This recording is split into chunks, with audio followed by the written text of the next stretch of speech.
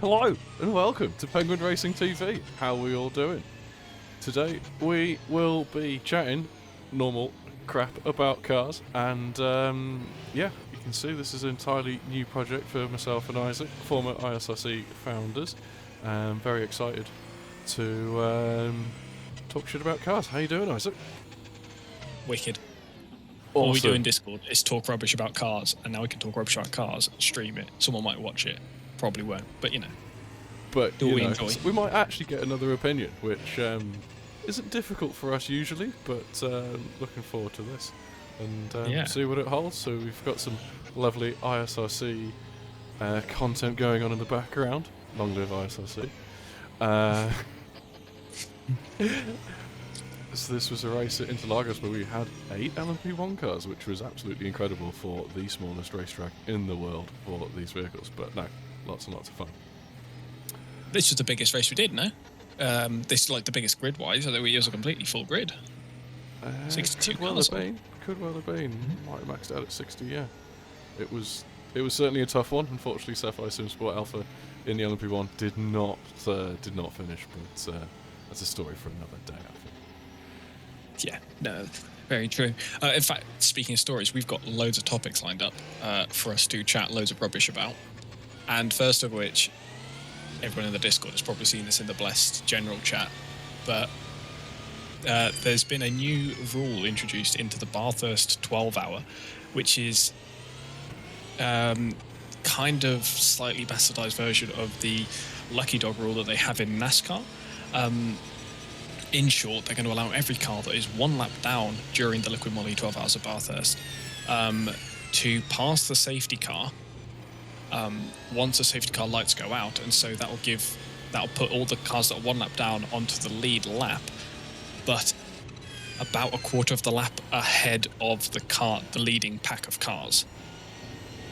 So I personally think it's a bit of a gimmicky rule and doesn't really make sense. Martin, do you think it's a load of rubbish? This has certainly divided our opinion, because usually, thanks for the follow, Steve. Usually, me and Isaac do have very similar opinions. We can come to them in very different ways at times, but no, we're generally reasonably aligned with the love of motor racing and endurance motor racing at that. But I see this, having done the Bathurst 12-hour on iRacing recently, I do see this as a positive for getting all of those lap cars kind of out of the way of your pro drivers. So for those that don't know, Bathurst 12-hour this year has become a Pro-Am affair at the top level. Thank you very much for the ironing board comment. Yes, it is resplendent, and it will become a feature of of our streams. So yeah, it is a Pro-Am affair this year. The Liquid Moly 12-hour Bathurst has had to move to a date in May, which also clashes with, I believe it's GT World Challenge Europe, by date AWS and 3 other sponsors at Magny Court. So that, yeah. So in an attempt to keep the event going, they've moved to a Pro-Am format. They've been trying to encourage a lot more people from Asia and the rest of Australia and Oceania to come across to Bathurst for the event. And if it might only be a gimmick, Isaac, but if it means that this is a rule just for this year to keep the event going, then that's not too bad a thing. And I think your argument in the Discord was about you can be like seconds a lap off the pace and then still come through to win it in the final stint when there's a late race safety car, which I do kind of get. But if it means that you were a lap down and then you get after only one lap down after 12 hours as an AM pairing, for instance, you've probably done quite well. But then beyond that, you actually need a second safety car to catch up to the pack, don't you? Because if you get that quarter to half a lap back on the rest of the field, then that's great, but you need the other minute and a half that you're not going to get through pure pace with 40 minutes left, are you? No, you're right. If you're a lap off the pace, especially with the Pro-Am pairing, chances are you'll be an AM pairing or a not so good pro-am pairing. So I understand that aspect of actually doing pretty darn well, especially if it's coming towards the end of the race. However, something that I didn't fully, I made my argument, I hadn't fully read the article, and there's something that I'd missed over there, and that was that the lapped cars aren't being put onto the back of the safety car train, so they're only going to be, I think the example that he uses here is the cars will be going into the I believe it's come out cutting Forest the uphill. Elbow. Yeah, exactly. So onto Conrad Straight again, and then they'll be allowed past the rest of the cars, the rest of the normal yes. train.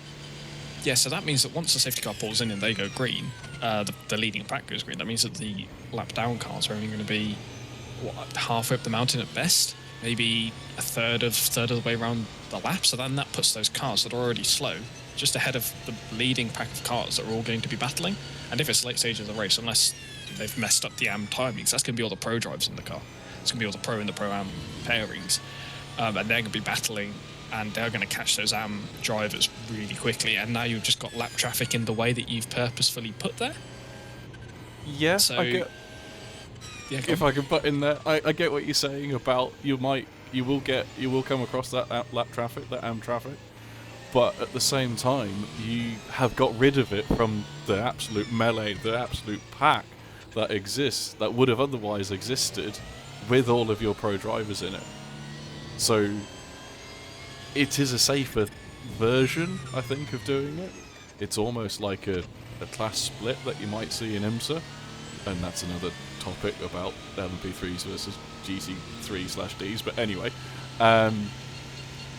Yeah, I get what you're saying, but it also gives, if you are able to pass the pack, then it gives them time to spread out.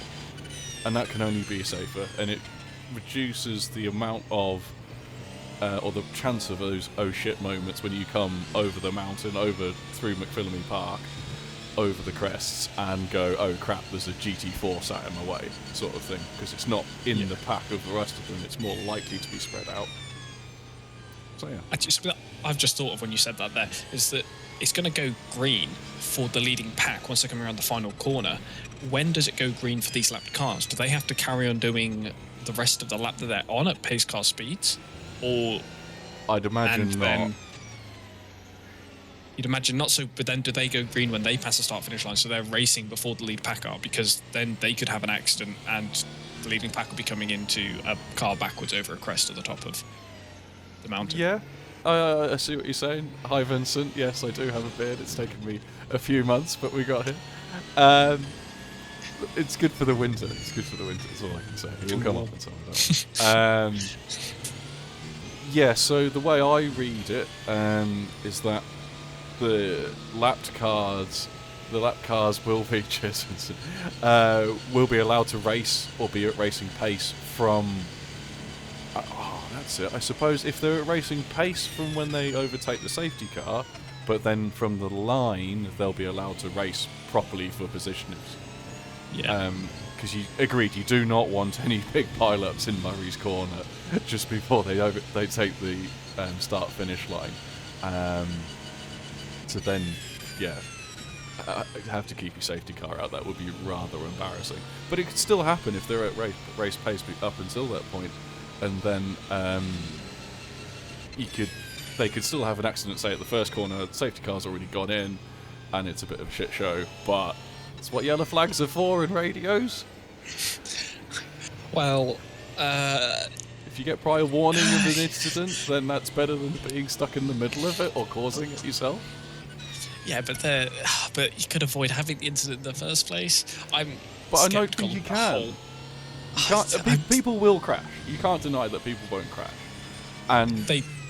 But also, if that AM driver is in the middle of the pack and feels under pressure to drive quicker than outside of their comfort zone, their tyres might be cold, and they might have only just got in the car during the safety car, and they're being hounded from behind by a load of pro drivers, then they're more likely to make an incident, and it's more likely to be bigger. Yeah, I can understand that if you've got them all in the pack, if you've got a AM car that's sat in third, say, and they're going to have Matt Campbell behind them trying to get his way past, they're going to struggle. He doesn't need no gaps. We saw that. And he passes whether he likes to or not, and that might involve that amp going into the wall because they're just so nervous. They're looking in the mirrors and looking where they're going. So I can understand that would make a crash. I'm skeptical of the whole idea. I think that it's going to cause more issues than it's going to solve, and I understand that Bathurst is probably the most technical endurance race that involves a safety car. Otherwise, I'd say it's the Nordschleife for 24, but endurance race that involves a safety car.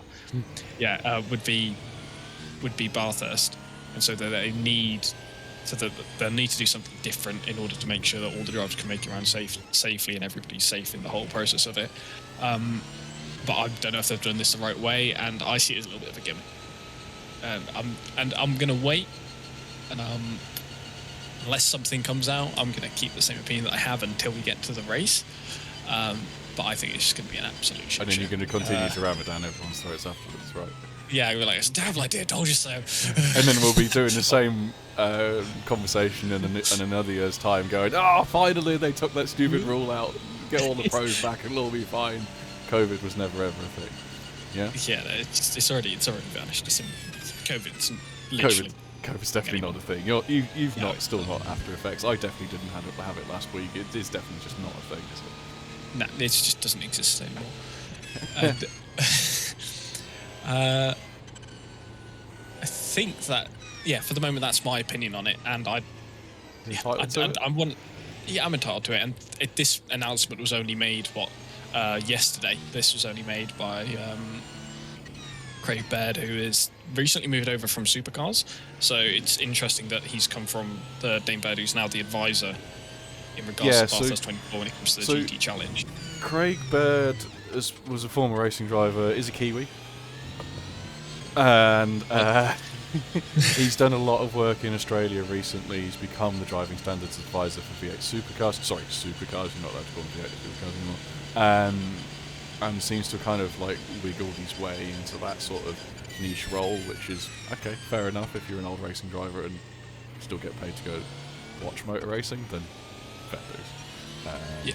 And I think he's kind of becoming the go-to guy for this sort of thing over there in Down Under. Yeah, but then they're knowing the wrong person. Is what I'm saying, is that they're listening to because V8 supercars, with the exception of the Bathurst 1000, is very much more of a sprint racing series. The races typically won't last longer than 2 hours.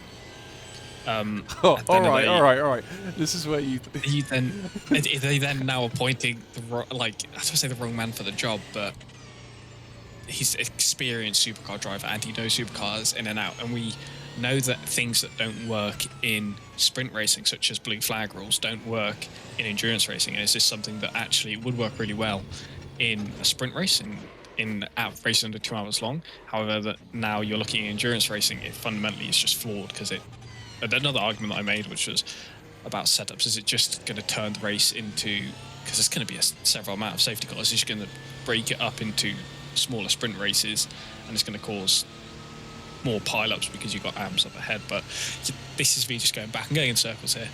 I'm not a fan. I think it's a bit of a stupid idea. You're on board with it? I can see its merits, and ever the optimist, I hope it works. I think that's it. Okay, that's fair enough. We're going to stay on board with endurance racing and GT and things that have come out in the news this week, because as of yesterday, big news, the Le Mans entry list has been released in full, including the full reserve list, after we had G-Drive announcing that they're not going to be competing in endurance racing and Le Mans after the conflict that's going on in Ukraine, being a Russian-based team. So now we've had this full entry list, and you can look at it in all of its glory right there. And there's a couple things that spark my interest. Firstly, we've got a second Glickenhaus. There was going to be a third, which they were asking for $5 million, euros, pounds, whatever it was, for 48 hours before the deadline. So the ACO, they opened up. So after the whole, last week they delayed the entry list being revealed, and then they were like, okay, crap, what do we do? realised that must be some discussions in the background, and all the G-Drive cars and all the Russian teams were pulling out, which is understandable. I know they were pulled out voluntarily or not, perhaps. So then they reopened the application for entries, and Jim Glickenhaus, in all of his infinite wisdom and enthusiasm, put a post on Facebook and all these other social media sites, because he loves them, asking for 5 million euros or dollars or something to get a third car on the grid. And yeah, someone had 48 hours to do so, and that unfortunately didn't happen. But 5 cars in the top, in a hypercar as it is. Yeah. You know, in the article that I read earlier this morning, it said that they actually managed to raise 2.5 million. They had 4 investors, all willing to total up to 2.5 million, but that would only pay. They said that to build a car that is race ready, it's going to cost 2.5 million. But that's just for the car itself. For them to include all the spares and the mechanics for it, it's going to be another 2 million on top of that. And so we ballparked it in roughly 5 million. So people were interested, but not interested enough. If you just said it a week before, we might have done it. And another note that I've got here is that if people noticed when, this time last year when Glickenhaus first announced their car and it did its maiden testing at Monza, one of the big names who attended the testing as a VIP was Pierre Gasly. So I don't know, people were speculating whether he was going to get on board with the idea of racing a third car at Le Mans, and I would have quite liked to have seen Gasly get involved in endurance racing, and maybe he might do in the future. Sad that he didn't. He's not involved this year, but maybe something we could look at. We'll see coming again. Yeah, it's going to be interesting to see how we go. So Ryo Hirakawa's taken Nakajima's role in the 8 car this year. That's been well documented. Nakajima going on to other roles in the team, including team principal or sporting director or something like this. I really hope so one of the other pieces of news this week, which is related to this, is that at Sebring 12-hour next weekend, Sebring 1000 next weekend for the WEC, the Toyota hybrids will only be allowed to deploy the hybrid from 190 kilometers an hour upwards, rather than from 110 or 120 that it has been in the past. So that will going to be interesting to see how that balance performance or that technical regulation changes the balance of performance effectively, and hopefully we can get a Glickenhaus and an Alpine/Rebellion up there and fighting for them those wins, because we saw last year that the Alpine, in the right conditions with Lapierre, Vaxivière and Andre Negral, decent speed. No, it's right. They do have. They've got the speed in the car. In the Alpine, definitely. The Glickenhaus was miles behind last year, and as the subject of the BOP that's going to be applied at least for the first round at Sebring, it's not looking good for Glickenhaus. I've been looking at it earlier today, and they've still got the same. So Toyota, along with having a cut in the amount of, or when they're allowed to deploy their hybrid, they've also had an extra 30 kilos put on board of the car, which will be significant enough. Probably it's roughly 10 kilos per tenth is kind of what people very roughly estimate it to. But what they've done for the Glickenhaus is actually they've bopped that down again. It's got the same weight as it did last year. However, they've reduced the amount of power that it can use by 55 megajoules per lap. That is very substantial. I'm not sure what that'll equate to in power, but they only had 965 to start with, which is down to 910 megajoules now. So that's, they've kind of bopped the Toyota and the Glickenhaus, so the Glickenhaus is just going to squander around at the back again. Yeah, let's hope not. I did see a headline this week saying Jim Glickenhaus saying that they've done an awful lot of work over the winter, but I kind of go, yeah, and so is everybody else. Yeah, anyway. Move on around the P2? LMP2, yeah, and shall I address the bot first for LMP2, and then we can talk about the drivers and anything funky that's going on there? As we know, last year it got bopped down to go with these new hybrid hypercars that are coming in. oh, not hybrid hypercars, just hypercar class to bop them down. So they reduced the power by 65 brake horsepower last year, along with an increase in weight. And because they've bopped the hypercars again this year, they've had to BOP the LMP2s again. And I've got the numbers here. They've reduced the fuel capacity by 10 litres in the LMP2 cars down to 65 litres. They've reduced the horsepower by 10 kilos. 10 kilos? 10 brake horsepower. And they've made it so that Le Mans bodywork is mandatory. No front gurneys are allowed. No front dive planes, sorry, but they can have a 10mm gurney on the back, which they can take off and put on again. So they're just slowing LMP2s down to the point now where they're almost going to be at LMP3s at this rate, and GTs are going to be faster, and it's just everything's getting slow and a mess. But you know, we'll see whether that's actually going to happen or not. Martin, the lineups. Yeah, so a few interesting ones for me. The first one being the Richard Mille Racing Team, the number 1 car. So you got Lilou Wadou from France, so female driver, which is good to see, alongside, so she's silver grading, Sebastien Ogier, who I hope you know if you follow motor racing a little bit wider than the endurance motor racing scene. So Sebastien Ogier is 8 times world champion in World Rally Cars. And then Charles Mallacy, and Charles Mallacy has shown absolutely fantastic speed. Sebastien Ogier was started as a tarmac specialist almost in WRC, and then Lilou Wadou, it'd be interesting to see how she goes. There's obviously a lot of faith in her. Doesn't exactly have a huge amount of experience. I think I looked her up a couple of months ago, and French national championships was as far as she'd got in, I want to say either Porsche Cup or a Clio Cup or maybe a Formula 4 or something like this. Yeah, that's going to be an interesting one. But yeah, Richard Mille moving away from the all-female driver lineup to go with a big name of Ogier, some fast guy, Mallacy for WRT last year, and a young up-and-coming French female, so that should be interesting. And then the second one for me, Team Penske. Always good to see Penske on the grid. Dane Cameron, Emmanuel Card, and Felipe Nasr. That's going to be another one to watch out for.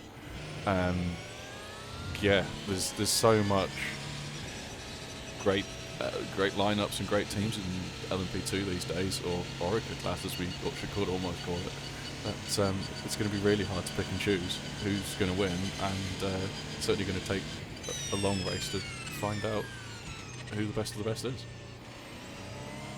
Yeah, and you're saying the best of the best, and we're starting now with LMP2, or this model of LMP2, which they had a remake of in 2017. So you had this Orica chassis that's come out at the moment, the Ligier, Lara, they all brought out a new model in 2017, and that's the current spec. And since then, we've seen a lot of drivers cycle through. Drivers that were LMP2 drivers have now gone off to race in GT, or have simply just retired or moved up to LMP1, which now means we're seeing new drivers coming in, and new drivers such as the Team WRT number 32 car. We've got Mirko Bortolotti and Dries van Toor, both massively renowned Audi factory GT drivers, making their debuts at not only in LMP2, but they're going to be doing it at Le Mans.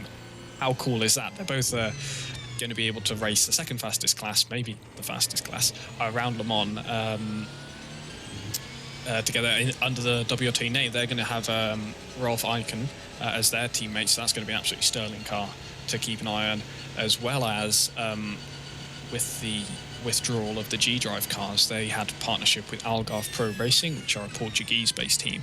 And Algarve have since entered 2 cars into Le Mans, one into the full WRC Championship, and they've got some, I don't say recognisable names in there. René Binder, as well as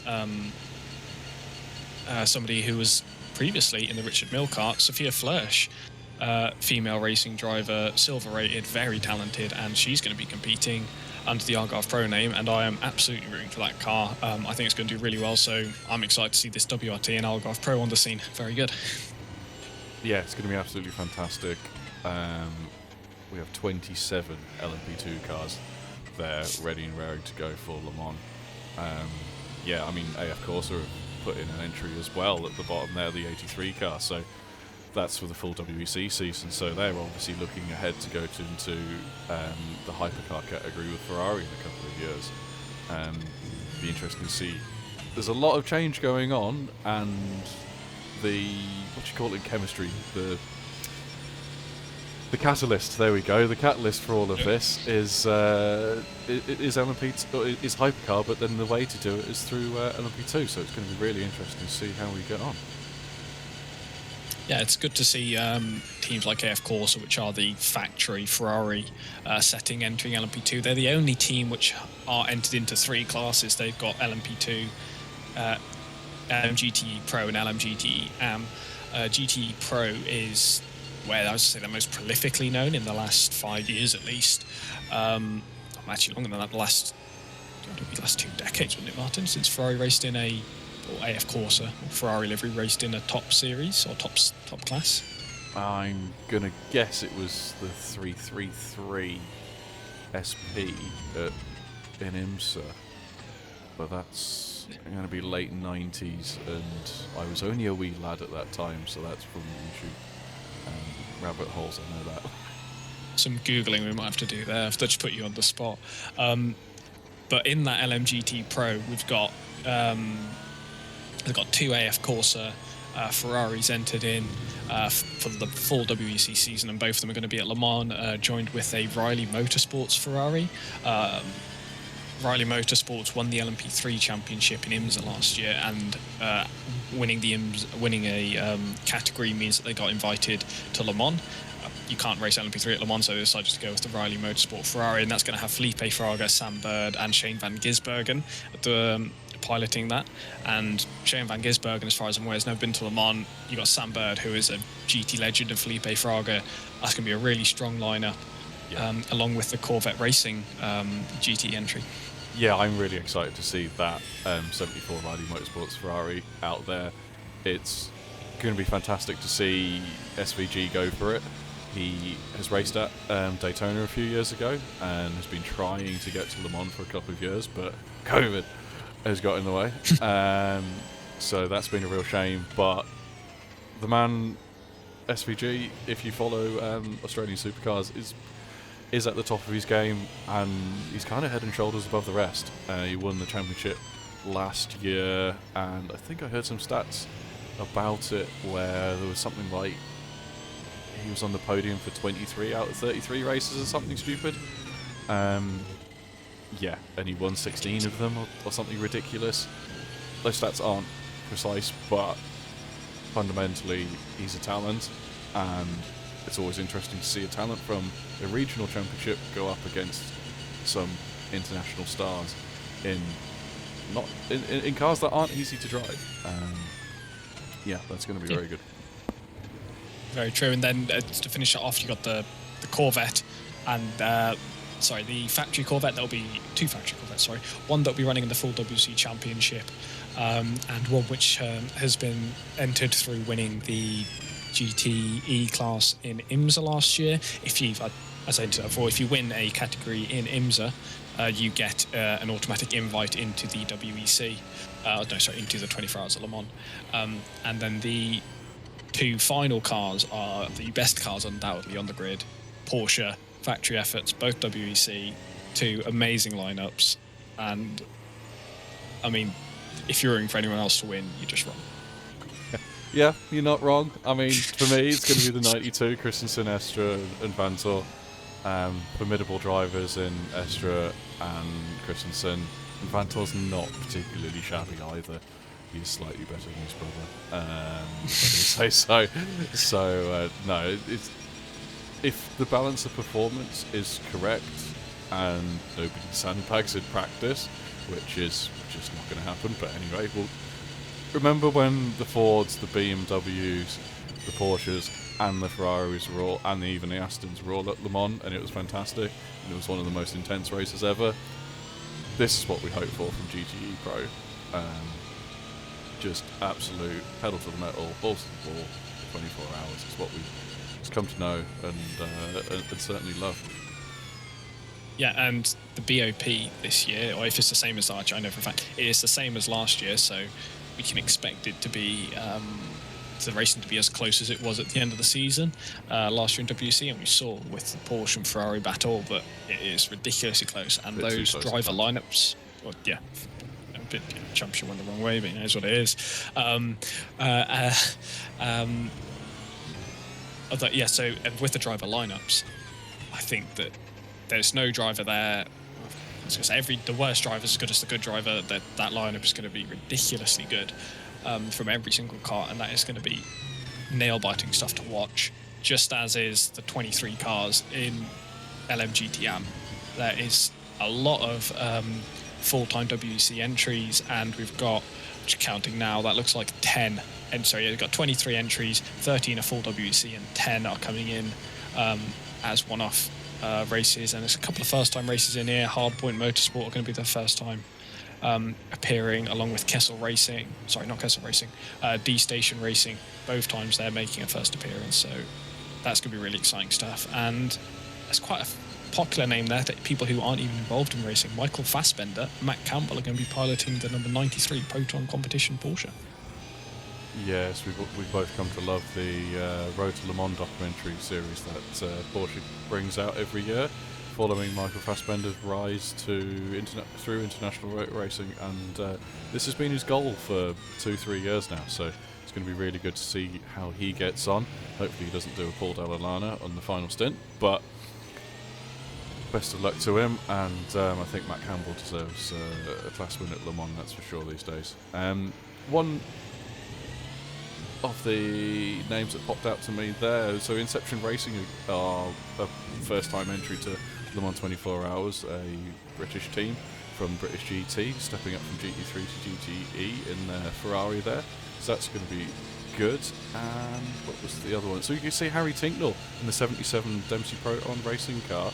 Going to see him in a 911, which alongside his old Ford teammate Sebastian Priaulx. Oh no, sorry, Sebastian Priaulx is the son of Andy Priaulx, so he's going to race teammates with father and son in the Priaulx family, and I can't remember seeing Tinks in a Porsche before, so I'm sure he's got the talent to overcome any trickiness and do well with Christian Reed there. Yeah, and good. Season they can put together. Yeah, I think he's driven every other car than a Porsche. So, and he's done very well in every other one. So I imagine this is going to be no different. That he'll knock it out the park per se. And as well, another car that I think is worth noting is the Iron Dames Ferrari. Originally, last year it was called Iron Lynx, had the nickname Iron Dames. Running the black and pink livery, an all-female crewed car, and that has been renamed to Iron Dames, still run by the Iron Lynx team, and again going to be a all-female crewed car with Rahel Frey, Michelle Gatting and Sarah Bovey piloting that. And again, love to see females making it into racing in the 24 Hours of Le Mans, so that's the car to keep an eye on, and they do reasonably well. They did very well last season. I forget what position they finished in, but they did very well, and hopefully see the same again this year coming up. Yeah, I think they were in the European. They definitely did Spa last year. Did they do the whole season last year? Because they definitely did European 1/6. I'll have to just quickly grab the. But yeah, I remember in the Fassbender documentary, Sarah Bovey as a bronze driver was holding off Felipe Fernandez-Laza, who I believe is a silver or a gold. So yes, no, she's definitely quick. Rahel Frey we know is quick. Gatting's not bad either. So yeah, that's going to be really good to see. The other car that jumped out to me was the 33 TF Sport Aston Martin Vantage AMR with Ben Keating's team. So it's Ben Keating, Florian Latour and Marco Sorensen. So Sorensen we know from the old Dane training in Aston, not exactly a slow driver. That and Ben Keating for a bronze is incredibly quick. He races as much as he can, even 2 cars at Daytona he's in. So yeah, watch out for that as well. Yeah, I just checked Martin. the all-female crewed Iron Lynx car ran in both ELMS and the WEC last season. They finished 10th in the standings of 13 cars in the WEC Championship, managing to secure, it was 8th place in every race, bar Portugal and Le Mans, where they finished second. However, Le Mans, they're in a grid of 20 cars and managed to finish in 6th place, which is very impressive, especially with you've got some very prolific racing drivers in the GTE AM category. So yeah, it's good to see. Yeah, so they'll be hoping for a class podium this year, I guess. 23 cars up against, and go for it. On to the slightly shorter and just as intense, if not more intense, endurance races coming up. Sebring 12 Hour is just over a week away. And it's going to be the second round of the IMSA Endurance Championship, and that's going to have 53 cars on the grid. It's not as many as the 65 that are racing at Daytona. The GTD Pro category has taken a serious hit, but other than that, there's a very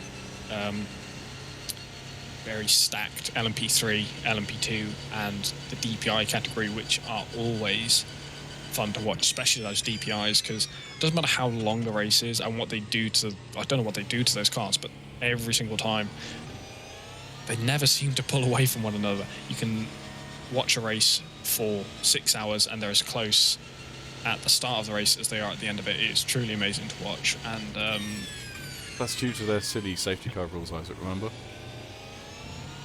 so, No, we do love it. Cars make sense. No, we do also love to hate the safety car regulations in IMSA. But so one change that will have to happen from this preliminary entry list is Kevin Magnussen is entered in the 02 car for Cadillac Racing. Obviously, he won't be there. He will be in Bahrain for the first race because Sebring, WC and IMSA are on the same weekend, which is not this weekend but next. As when the first round of the Formula 1 Championship is on, so there'll be a change there. But Earl Bamber, Alex Lynn, and TBD, I'm sure will do a very good job. I'm sure they will. There's not. Well, speaking of Kevin Magnussen, he's gone. Do you know where he's gone to? F1. He's back, ladies and gentlemen. Haas F1. After the sorry departure of, do you know, I've forgotten his name, Nikita Mazepin, and the Uralkali, Mazepin, and the Uralkali sponsorship.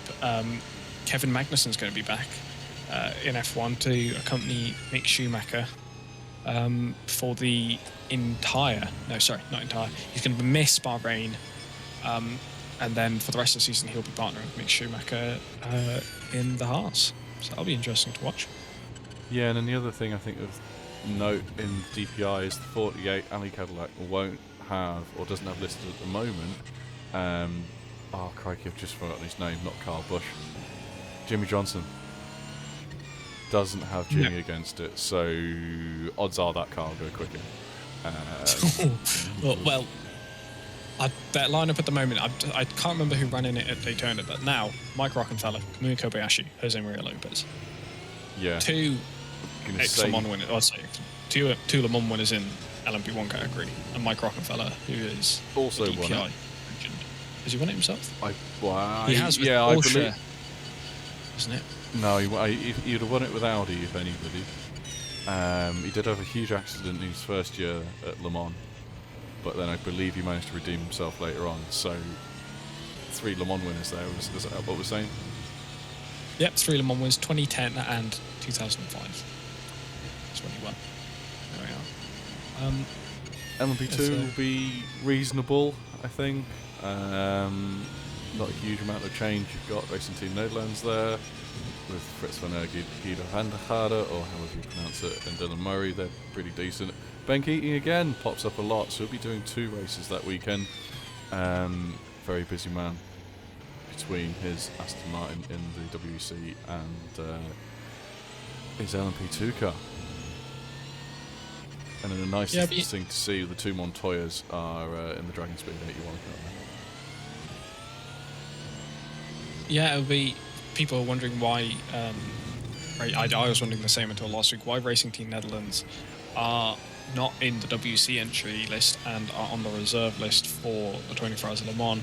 It's because Fritz van Aert announced that he's going to be focusing his racing team on American racing, so that'll be the IMSA category, because he says that they've completed all that they wanted to in WEC, and that's fully understandable. They won Pro-Am, the WC Pro-Am Championship last year. They've won, I don't know how many races, but a decent amount of them years prior to that, and the only thing left for them to conquer really is IMSA and the 24 Hours of Le Mans itself, so why not, you know?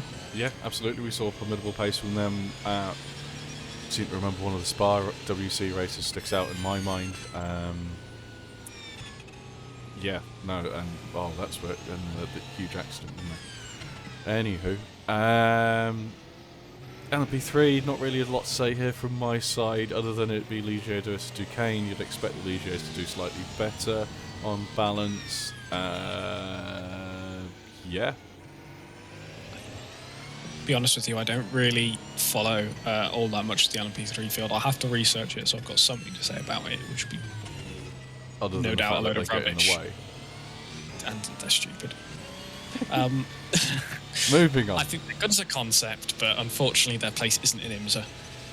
Not sadly. in the top. I don't think it's in the top flight of series. So. No. We've got the Michelin Prototype Challenge, which is a support series for the IMSA Sports Car Challenge. They're really well in there, and they'd work particularly well, I think, if you pair them up with GT4s. Perhaps it could be an addition to the Pilot Challenge, top class. They did that a few years ago, I feel. Back. Won it back. My mind's struggling to remember now, but there was definitely a... Yes, there was definitely 2 classes in that series previously. Anyway, moving on to GTD Pro. So we saw pretty good battle go all the way down to the final lap at Daytona, with it was Lawrence Vantor's car spinning out due to contact at the bus stop chicane. So yeah, 11 entries. I think this will be absolutely, everybody guns blazing, going for it. The only thing left to say for me is I think Lamborghini never win endurance races. They'll just get tyre blowouts, and that car probably isn't as well suited as others to Sebring due to its stiff nature. Could be worse. You could be BMW. Announce a brand new GT3 a year ago, develop it for a full year, do countless testing, and then run at the back for 24 hours. Oof. I mean, I understand that it takes time for them to develop new cars through, but I mean, Audi brought out their Evo, it went straight to the front. Mercedes brought out their Evo version. Every single team that's brought out their new variant of their car is going straight to the front, with the exception of BMW. I mean, admittedly, they're going from a M6 to an M4, which is a bit of a difference between going from a... It's like going from a cruise ship to a container ship instead, isn't it? Or one or the other way around. You go from something really freaking massive to something slightly smaller. Yeah, but I personally would expect them to do a lot better. Yeah, hideous thing. I expect them to do better, and hopefully they will, because the more cars in a fight, the better. Yes, absolutely. 11 entries. Corvette is listed there. Didn't have ABS at Daytona. I hope they get that I hope it's on the development plan, because otherwise, whenever it rains, they're stuffed. And it wasn't particularly quick in Daytona either. Yeah, fingers crossed for them. I'm sure they're trying very hard. I think that is the only Corvette. There's none in the... No, there is only one Corvette, in existence. And it's shocking. We're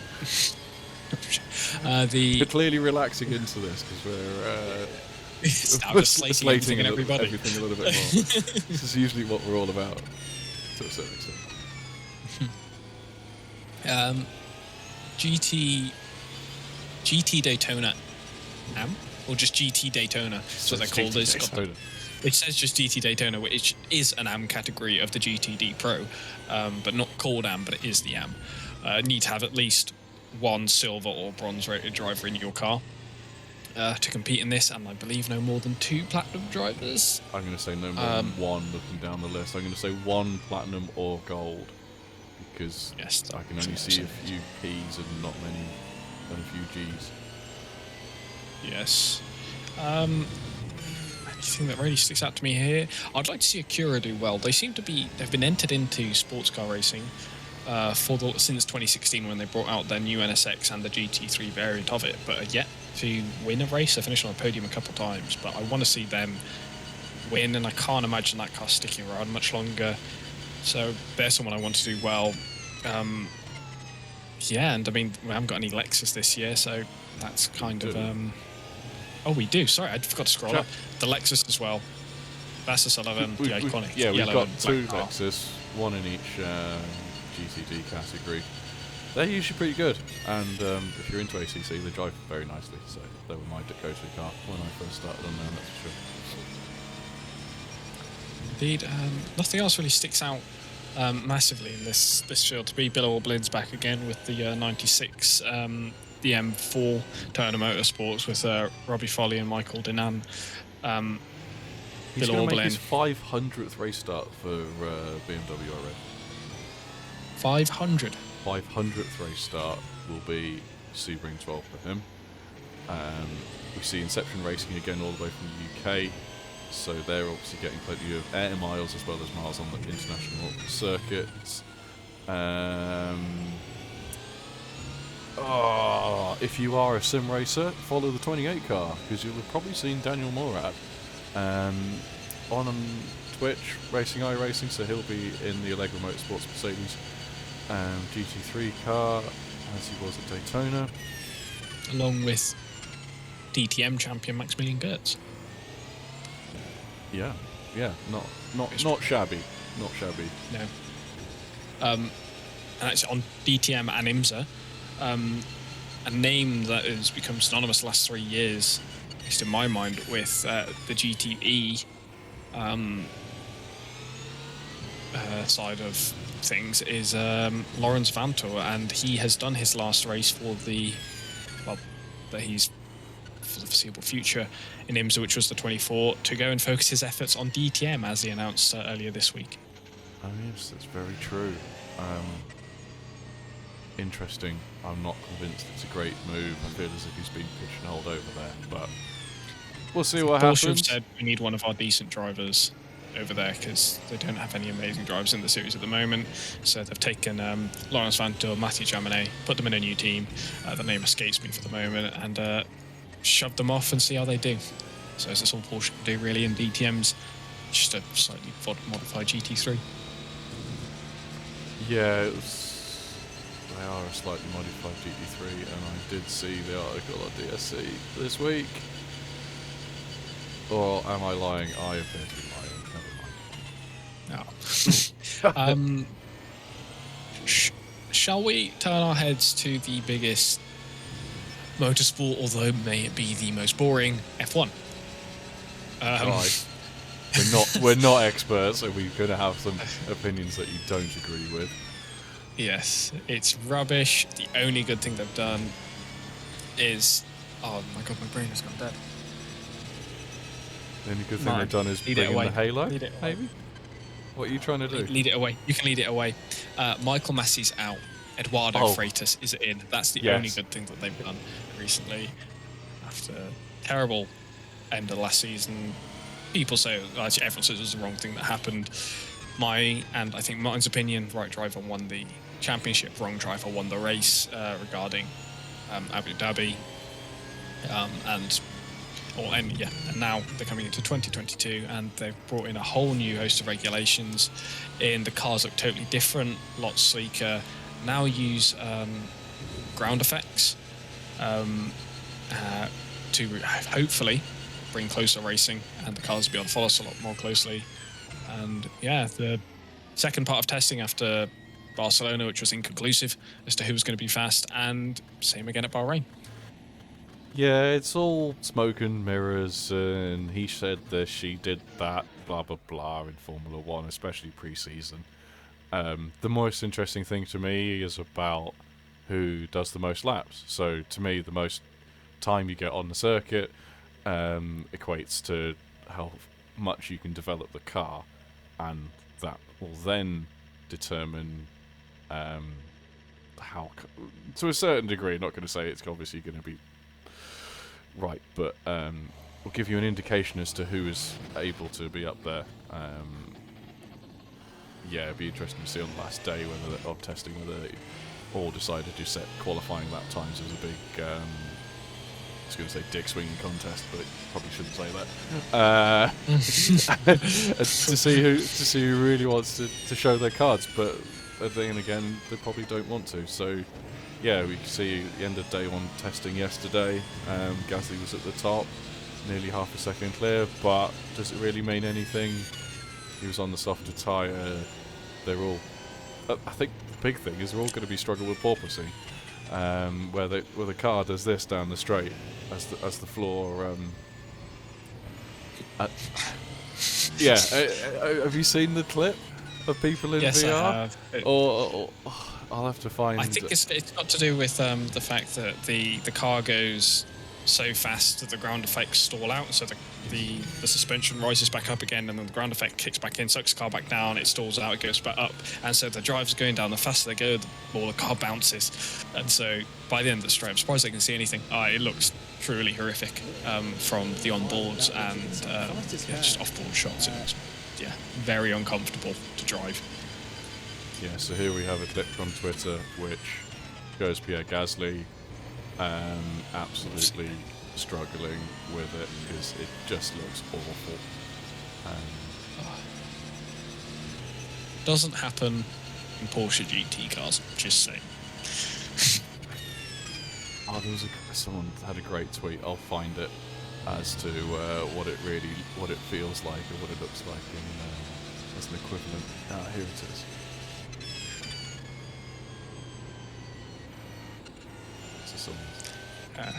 So I'll just quickly, while Martin's finding that, and to show how little F1 testing means, at the end of day one, Ocon finished in 13th, doing a 16.7, which was nearly 3 seconds slower, 2.8 seconds slower than Pierre Gasly, and after today's morning session, he has gone fastest.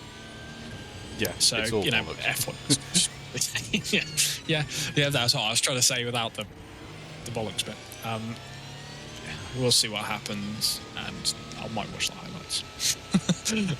Yeah, I'll take an interest in the first race of the season.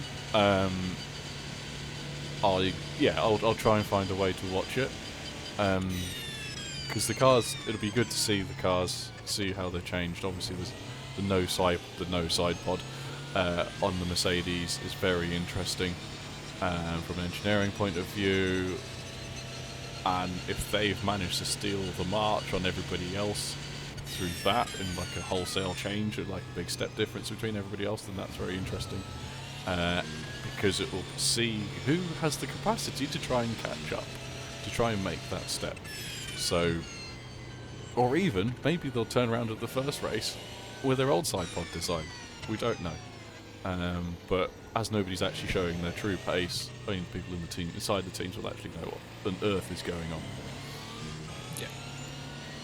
Now, from an outsider's perspective, I look at that Mercedes and I think that the widest part of that opening in the side pods at the bottom, which is below the front of the floor, so all the air that would be running into these side pods is just going into the ground effects and under the car, so that the car's just going to overheat and have no power. And Mercedes say that it's next best thing since sliced bread, but they all say that.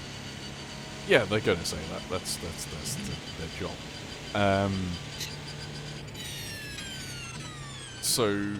I don't understand at the moment how on earth they get away with such little cooling, effectively, when compared to the cars of last year.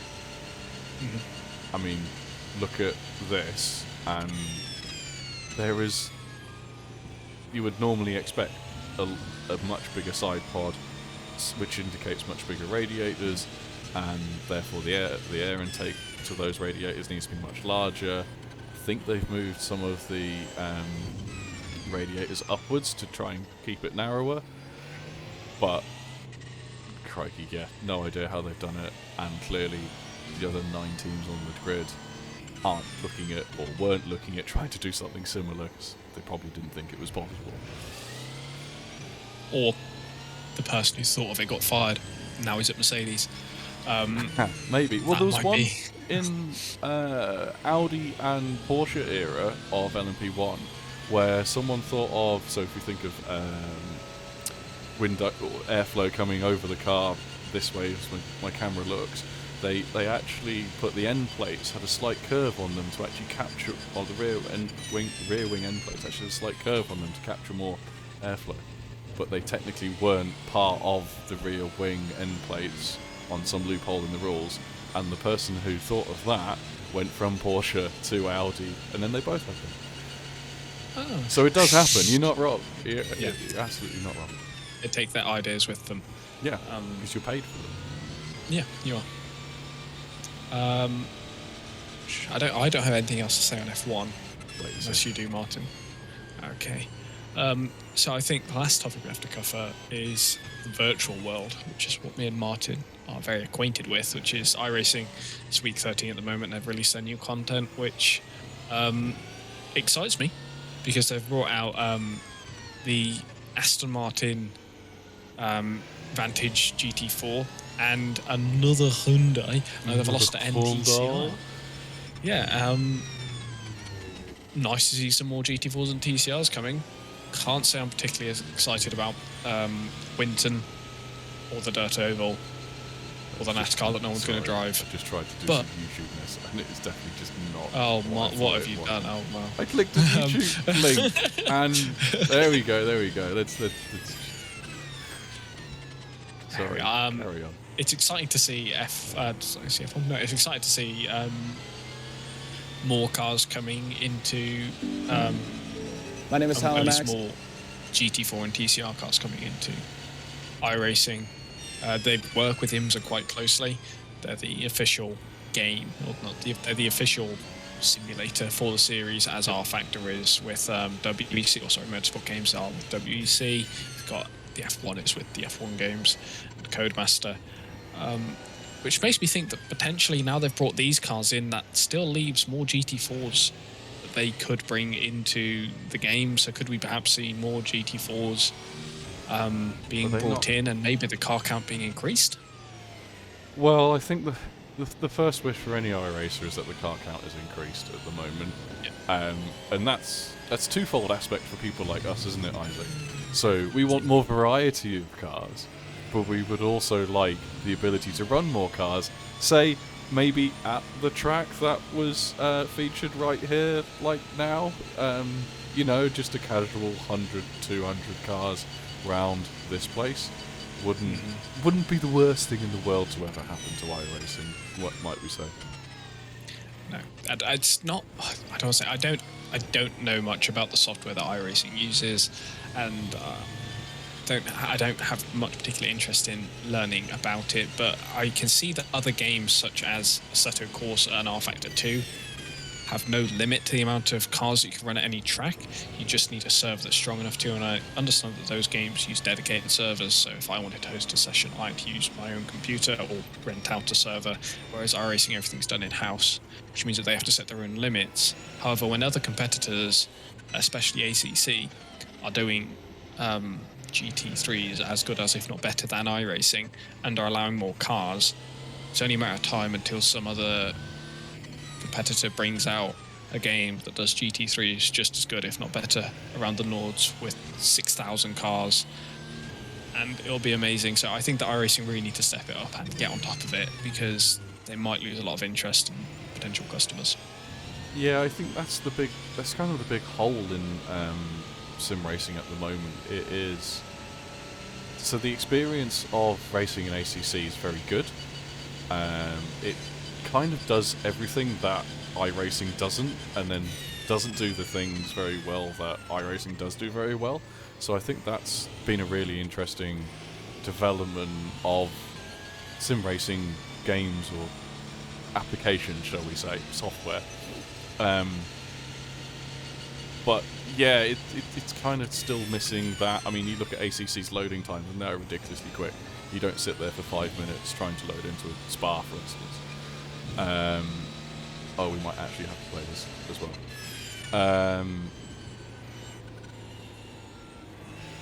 Definitely not involved in this. But we'll come back to that in a little bit. So, yeah, whilst you say you'd like more GT4s at the same time, where are they going to go?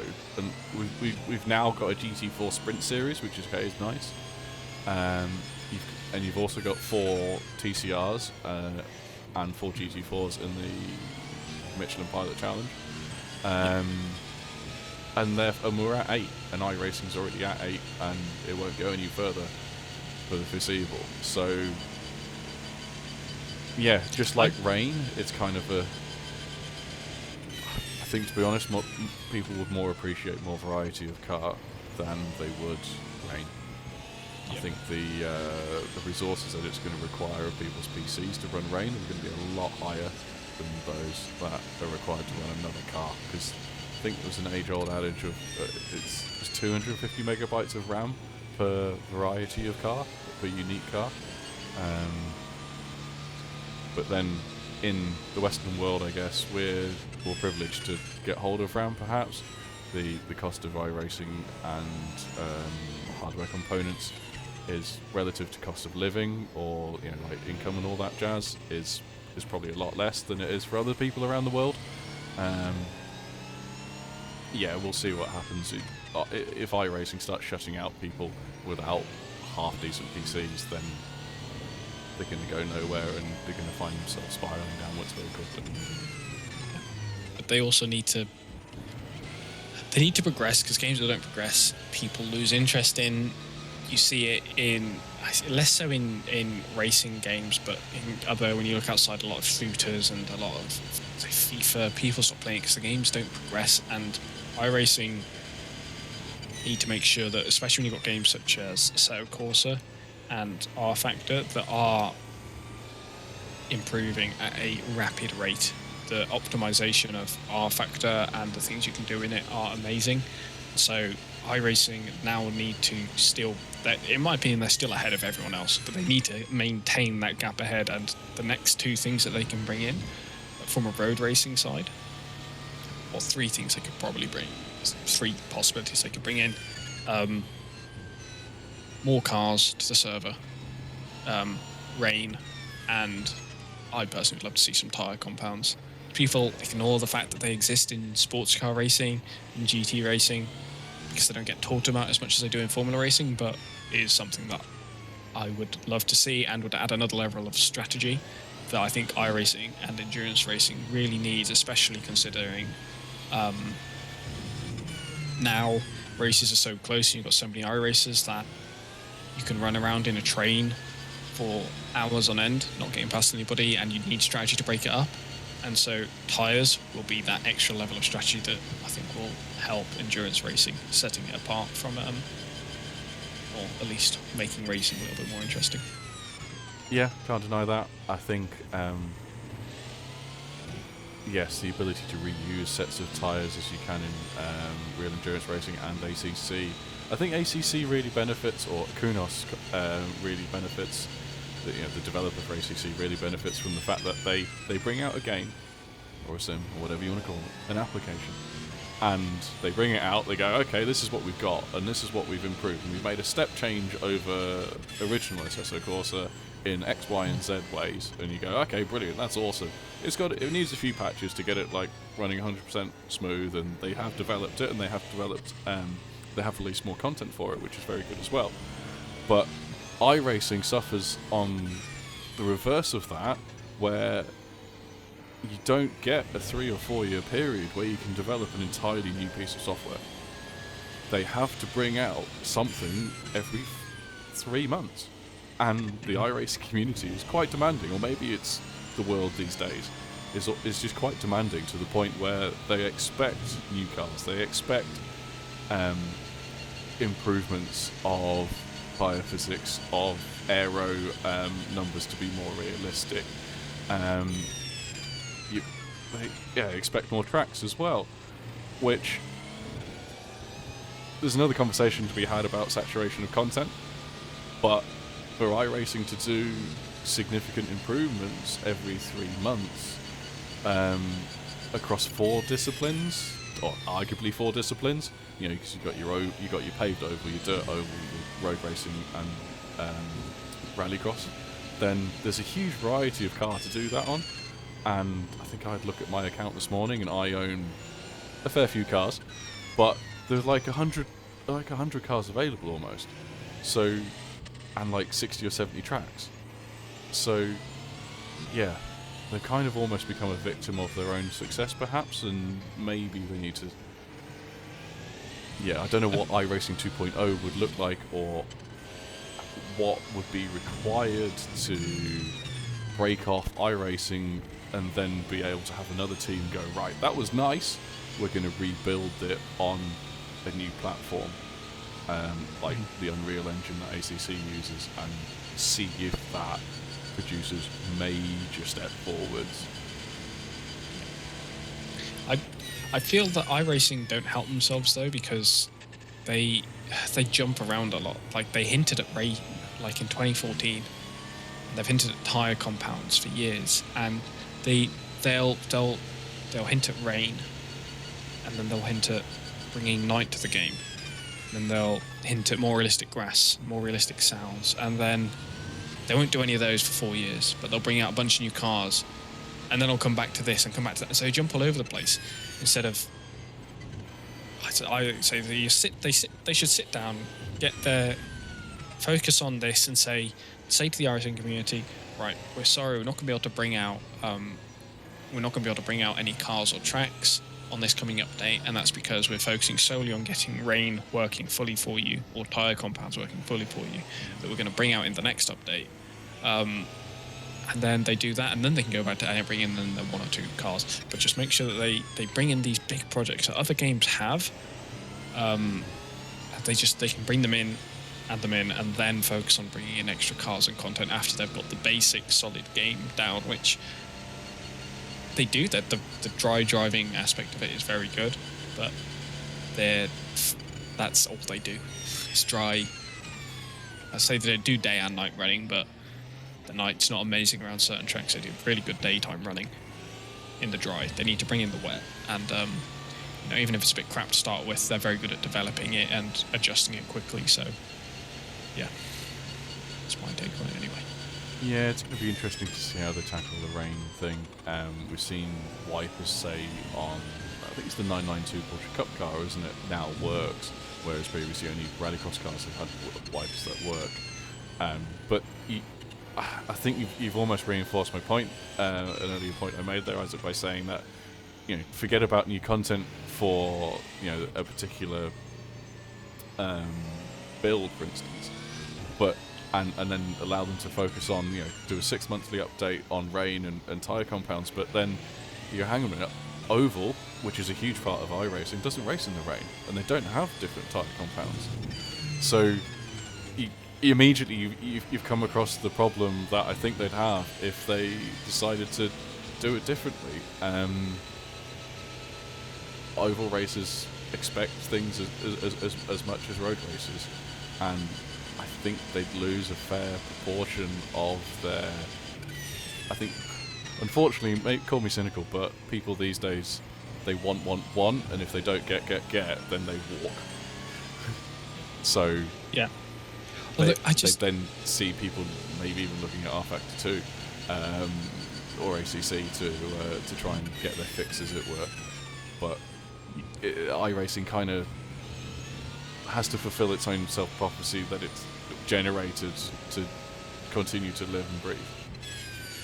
Yeah, and I could have this back and forth conversation with you for the next, forever, because we iRacing far too much. But we've been going now for an hour and 12 minutes. I think it's probably a good point to wrap it off now. We've discussed everything that's happened in the last week, if not more. And Yep. Left it on a bit of sim racing. So what we will do is I will mute iRacing. We will come across to the internet page. I shall unmute this, and yours truly was involved in the number 1, not top 10 of iRacing for February, and I am the white card, the 9 card. He's admitting it. Oh yeah, no, I've admitted this many times. The landing was good for my fellow driving colleague, however, his ability to hold it on the grass was suboptimal. He made it into number 1, and you made it into number 1, so you were the instigator of it all. You deserve the cookies.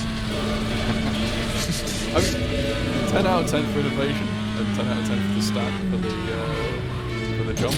Landing, not quite as good. No. But Potential was there. Failed under the pressure. yeah, absolutely.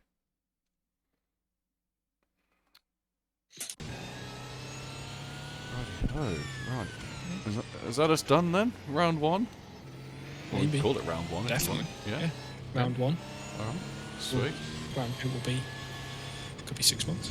Could be 6 months. Could be Tomorrow. 6 weeks. Could be 6 days. We're going to do this very casually, but it's something that we enjoy talking about motor racing, as you would probably gather, and we'll see you next time.